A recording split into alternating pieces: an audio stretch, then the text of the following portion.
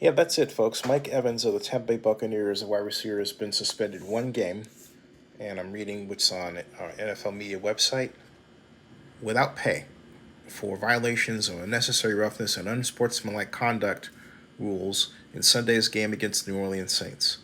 NFL Vice President of Football Operations John Runyon issued the suspension for violation of Rule 12, Section 2, Article 8G, which prohibits, quote, unnecessary running, diving into, cutting, or throwing the body against or on a player who is out of the play or should not have reasonably anticipated such contact by an opponent before or after the ball is dead, as well as Rule 12, Section 3, Article 1, which prohibits any act which is, quote, contrary to the generally understood principles of sportsmanship, unquote. In a letter to Evans, Runyon wrote, quote, after a play had ended, you were walking toward your sidelines. When you noticed your teammates engaged in a confrontation with Saints players, you ran toward that area on the field and violently threw your body into and struck an unsuspecting opponent, that's Marshon Lattimore, who was part of that confrontation. You knocked your opponent to the ground and a melee ensued involving players from both teams. Your aggressive conduct could have caused serious injury to your opponent, and it clearly does not reflect the high standards of sportsmanship expected of a professional. Evans will be eligible to return to the Bucs' active roster on Monday, September 26th, following the team's September 25th game against Green Bay. Under the collective bargaining agreement, Evans may appeal the suspension. Any appeal will be heard and decided by either Derek Brooks or James Thrash, the hearing officers jointly appointed and compensated by the NFL and FLPA to decide appeals of on-field player discipline. Now, let me say this about that. If Mike Evans actually thinks that he is going to successfully achieve an appeal from that stupid activity that he did, he is nuts.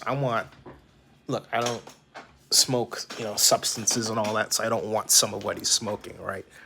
But the bottom line is he's got to be on some kind of contact high to think that, at least to think that he's deserving of a suspension.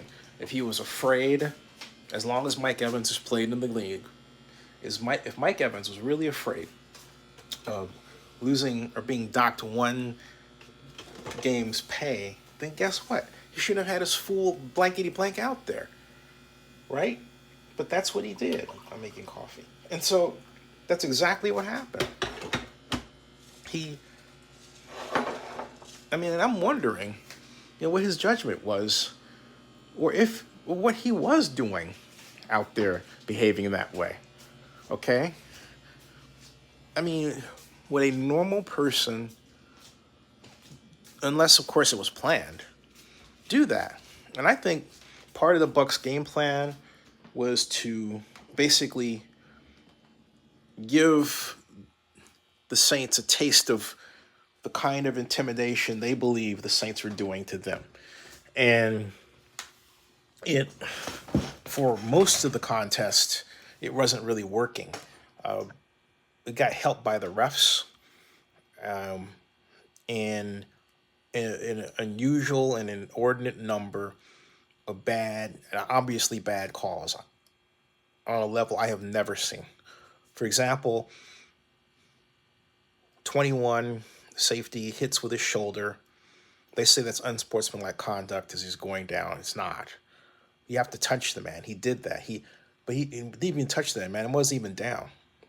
The man hit him with his shoulder, the tight end coming across, and his shoulder caught the man's head. You can't help that. It's the way we're designed. And yet, an unsportsmanlike conduct call was made. And that's absolutely ridiculous. And someone said that came from New York or something like that. And if it came from New York, then someone in New York needs to answer for that. Maybe I can get Gene Sotor or somebody like that, but that call should not have been allowed. And I think each player and team has the right to know who in New York by name is making that call. right? All around, it was a game that, to me, I'll say it again, it looked like it was fixed in favor of the Saints as much as possible, and that the only way to overcome such an attempt is to have a flawless performance and a great game plan. And the Saints did not have a great offensive game plan. Defensively, yeah, although I would have preferred more blitzing, but because they didn't get to Brady, okay? And, and I understand that Tom is throwing short, but by now, there are defensive approaches which encounter that. So there you go. It also, I should say this before I finish, the Saints did not stick to ball control passing principles. They got away from them, and it caused the turnovers that we saw, save for the fumble that was done because Mark Ingram allowed the ball to be stripped out of his hands. All right. Subscribe to Zenny62 and bookmark oaklandnewsnowblog.com.